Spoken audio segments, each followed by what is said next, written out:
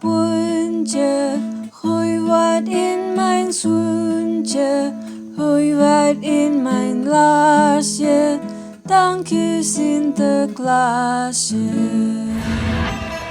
Sinterklaas dan Santa Claus itu sama aja kan? Tunggu dulu. Kita simak dulu cerita berikut ini ya. Jadi begini, pada tanggal 15 Maret tahun 270 Masehi, ada seorang anak lahir di Patara, Asia Minor. Bayi itu diberi nama Nikolaus. Nikolaus atau Nikolas adalah anak orang kaya keturunan Yunani. Patara adalah kota pelabuhan di Laut Mediterania, sekarang menjadi wilayah Turki. Dahulu merupakan wilayah kekuasaan Romawi. Orang tua Nikolas meninggal karena serangan wabah, sehingga Nikolas tinggal bersama pamannya yang juga bernama Nikolas. Sang paman adalah uskup di kota Patara. Sang paman pula yang mendidiknya dan kemudian mentahbiskan Nikolas menjadi seorang imam. Waktu berlalu, kemudian Nikolas terpilih menjadi uskup di kota Mira. Kota Mira sekarang disebut kota Demre, sebuah dataran subur di provinsi Antalya, Turki. Uskup Nikolas merupakan uskup yang saleh, lugu dan penuh semangat. Ia terkenal gigih membela orang miskin dan orang-orang yang tertindas. Uskup Nikolas meninggal pada tanggal 5 Desember tahun 346 Masehi. Uskup Nikolas menjadi salah satu santo terpenting dalam tradisi Ortodoks dan dihormati di Yunani dan Rusia. Harta yang diwariskan orang tuanya yang kaya raya oleh Uskup Nikolas ia jual untuk membantu orang-orang miskin. Uskup Nikolas dikenal sebagai sahabat para pelaut. Pada suatu ketika, sebuah kapal yang berlayar dari Mesir menuju Italia dilanda badai dan masuk ke perairan dangkal dan kandas. Uskup Nikolas yang mendengar hal ini langsung muncul memberi bantuan. Bersama-sama mereka bekerja menjauhkan kapal dari bebatuan. Begitu kapal terbebas dan dapat berlayar kembali, Nikolas menghilang. Pada saat itu Nikolas juga memberi makan, minum, dan tempat berlindung pada para pelaut. Pada abad 4, kota Mira pernah mengalami kelaparan hebat. Gubernur Eustathius menerima suap dari pedagang gandum untuk memonopoli pasukan gandum. Santo Nikolas menghadap gubernur dan menegurnya. Ia meminta Eustathius untuk menghentikan monopoli gandum. Pada saat itu Santo Nikolas juga membantu penduduk dengan memberi makanan dan bantuan lainnya. Eustathius marah dan memenjarakan Nikolas. Dalam versi lain dikisahkan bahwa Kaisar Romawi pada saat itu, yaitu Diocletianus, memerintahkan penganiayaan terhadap orang-orang Kristen. Uskup Nikolas sebagai pemimpin agama ditangkap dan dijebloskan ke penjara. Namun kemudian Kaisar Konstantinus, pengganti Kaisar Diocletianus, mendengar kejahatan Eustathius dan memecatnya. Kaisar Konstantinus juga memerintahkan penghentian semua penganiayaan itu. Santo Nikolas dibebaskan dan kembali menjadi pemimpin spiritual di Mira. Sebelumnya, Eustathius juga pernah menerima suap untuk menghukum mati 3 orang yang tidak bersalah. Santo Nikolas datang ketika eksekusi akan berlangsung. Nikolas mengambil pedang algojo dan melemparkannya ke tanah. Santo Nikolas menyelamatkan 3 orang yang tidak bersalah itu. Kisah lain yang banyak diceritakan orang adalah ketika ia membantu seorang ayah yang akan menikahkan ketiga putrinya. Pria itu dulunya kaya, kemudian jatuh miskin.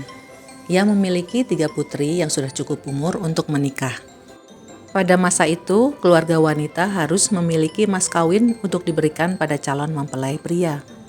Gadis-gadis yang miskin biasanya lalu dijual menjadi budak atau lebih buruk dari itu, yaitu menjadi wanita penghibur.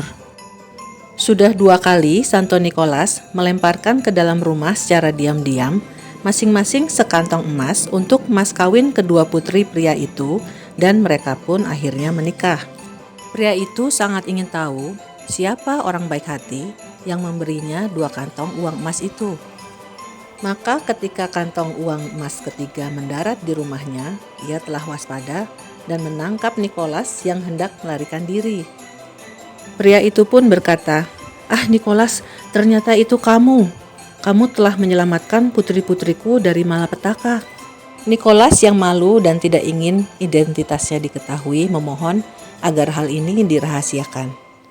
Ia katakan pada pria itu, "Bersyukurlah pada Tuhan yang telah menjawab doa-doamu."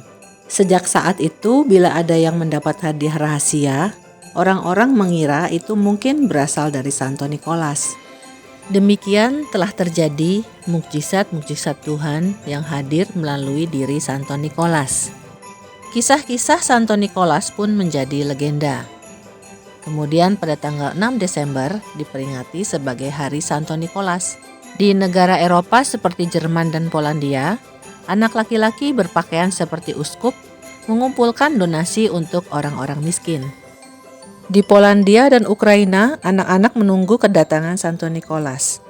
Jika mereka berperilaku baik selama 1 tahun, mereka akan menemukan hadiah di bawah bantal mereka.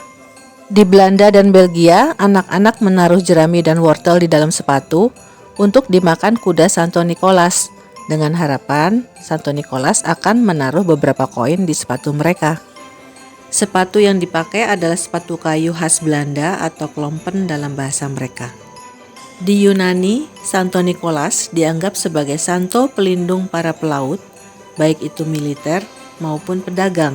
Jadi pada hari Santo Nikolas, mereka menghiasi kapal-kapal dengan lampu warna-warni. Dengan berjalannya waktu dari abad 4 ke abad 17 Masehi, tokoh legenda Santo Nikolas atau Saint Nicholas yang dikenal karena kebaikan hatinya, terutama pada anak-anak miskin, kemudian bertransformasi menjadi Sinterklaas. Pada abad pertengahan, para pelaut Belanda membawa cerita tentang Santo Nikolas itu ke Belanda. Santo Nikolas dalam bahasa Belanda disebut Sint Niklaas, berubah menjadi Sinterklaas. Sinterklaas menjadi simbol kebaikan dan kemurahan hati. Dalam tradisi Belanda, pada tanggal 5 Desember, Sinterklaas dipercaya datang dari Spanyol, naik kapal uap, untuk membawa hadiah Natal bagi anak-anak. Sinterklaas digambarkan sebagai pria tua berjenggot putih panjang, berpakaian mantel merah dan topi seperti uskup. Sinterklaas kemudian naik kuda yang bernama Amerigo, didampingi pembantunya Piet Hitam atau Zwarte Piet. Konon, Piet adalah orang Moor, seorang budak yang telah dibebaskan. Orang Moor adalah orang kulit hitam yang tinggal di daerah utara benua Afrika. Zwarte Piet digambarkan sebagai orang yang suka menculik anak-anak nakal dan memukuli mereka. Anak-anak yang nakal akan dimasukkan ke dalam karung dan dibawa ke Spanyol. Seiring berjalannya waktu, sosok Zwarte Piet dibuat lebih lunak. Mereka menjadi sosok yang menghibur, teman Sinterklaas yang ceria dan suka bermain.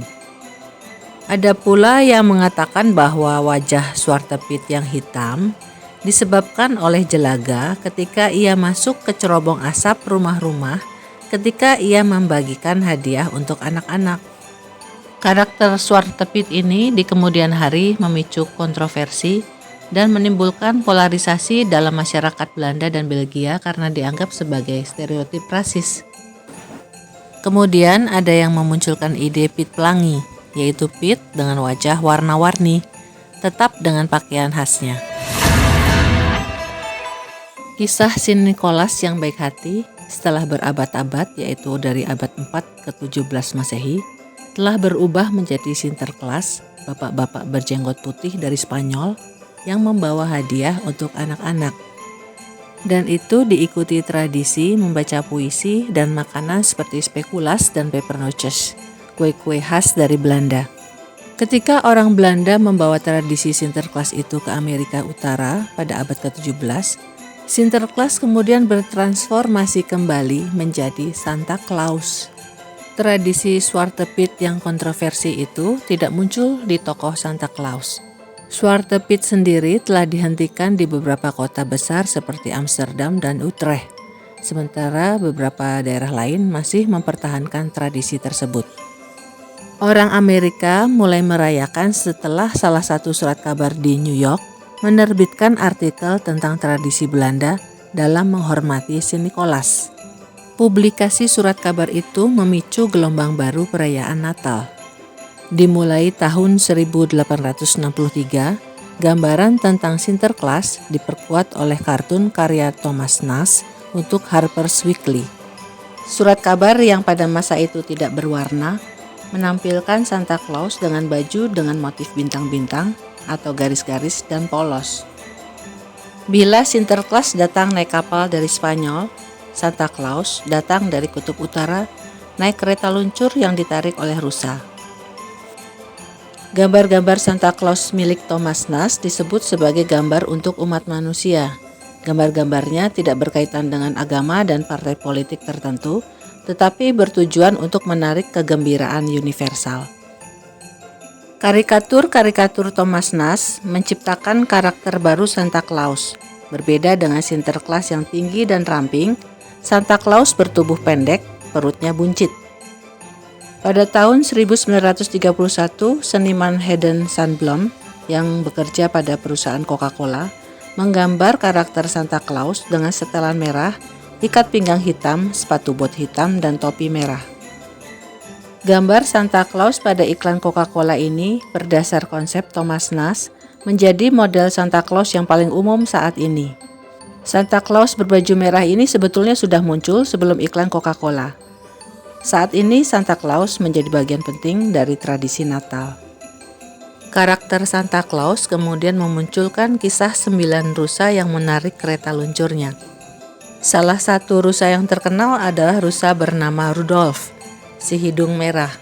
Karena hidungnya bersinar pada malam hari, maka ia ada di barisan paling depan. Terima kasih sudah menyaksikan video ini. Selamat Natal bagi yang merayakannya, dan selamat tahun baru untuk kita semua. Salam sehat selalu.